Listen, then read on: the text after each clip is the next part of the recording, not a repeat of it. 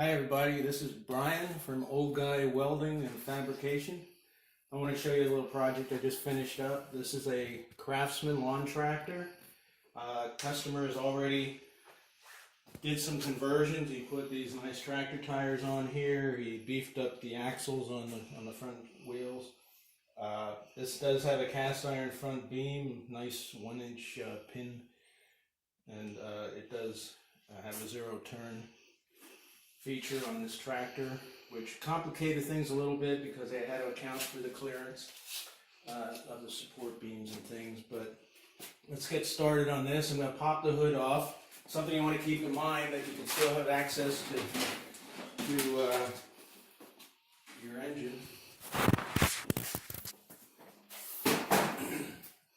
You can see here what I did is I built a carriage that goes up from the bottom onto the frame. I have two 3x3 1/4-inch angle iron and made the cutouts for the clearance on the turning radius. And then I attached the U-channel back across the frame to tie the frame together, and then brought these 2x2s up. And I strapped these 1/4-inch plates to the 2x2 for the bearings. Around the back here, you can see where the critical joints are. I put an oil or a grease fitting in. It's just a matter of the pipe the right size and tapping it out. And then around the front here, the pins are 1/2 inch hardened, and these two cylinders on the back here are these Glide Force electric linear actuators. These have an 8.5 inch throw dome, and then the bucket actuator is the same, and that has a 10.5 inch throw, but it's also a 2,000 pound rating. More than enough for this project. For the framework, I used a 12 gauge 2x2 box.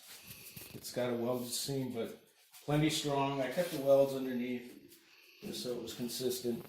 And most of the welding is done with my TIG welder. I used the MIG a little bit on the bucket, but I didn't have to bring out the heavy artillery for this. This is all fairly light. I'm going to raise the bucket now, and I'll show you a little bit underneath. This is 12 volt actuated, so it should run off the battery on the tractor eventually. Right now, I don't have any switches hooked up. I'm just hardwired, so bear with me.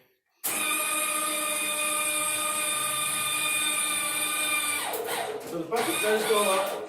I try not to put it up over the head of the operator, obviously, and I'm trying to keep this safe. That's what the actuator sounds like when it reaches its limit.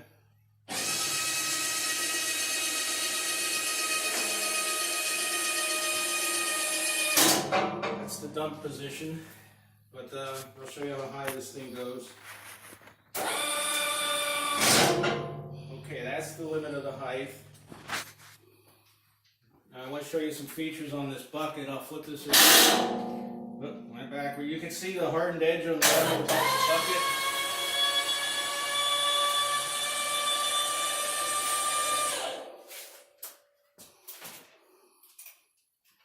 It's a little harder when you have to switch one.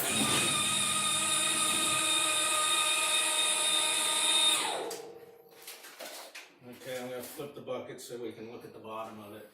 That hardened edge I purchased online, and shipping killed me, but the edge itself wasn't that expensive.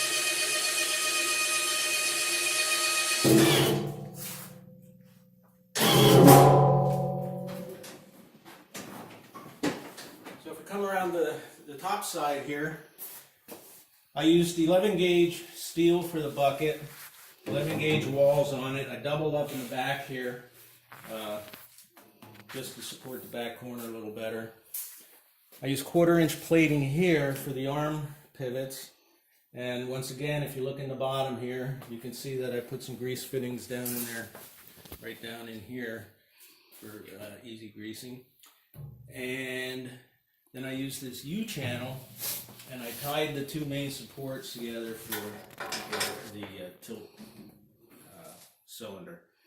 I have all these adjustments in here. I mean, it's just depending where the customer's going to use this, if he's going uphill or downhill, he can get a little bit more movement out of the bucket by switching those pins, and that's very easy to do. I mean, you just take the cotter pin out, slide the pin, and change the hole.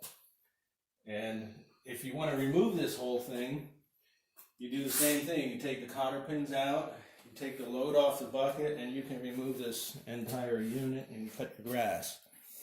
On the bottom of the bucket, you can see I put some of these wear strips on. These are just 3/16 inch bar. I just tacked them on there near the edge and in the center. And then you can see the cutting bar across the bottom there. I did put a little cutting edge on the corners here, just so we don't wear the corner of the bucket away. I'm going to raise it and flip the bucket. One thing I did want to show you is this thing does have some strength to it. You will have to weight down the back because it does get light in the back. And okay, so that's right about where I wanted to put it. And then if you want to change the oil on the tractor, you can lift your tractor up. If you change the front tires, get it flat out there in the field somewhere.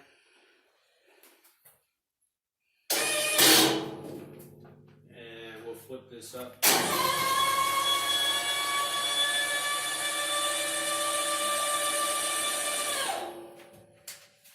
And down we go. So you do need a fairly heavy duty switch. That's my project. Give me a call sometime. I'll put this on YouTube and you can look me up.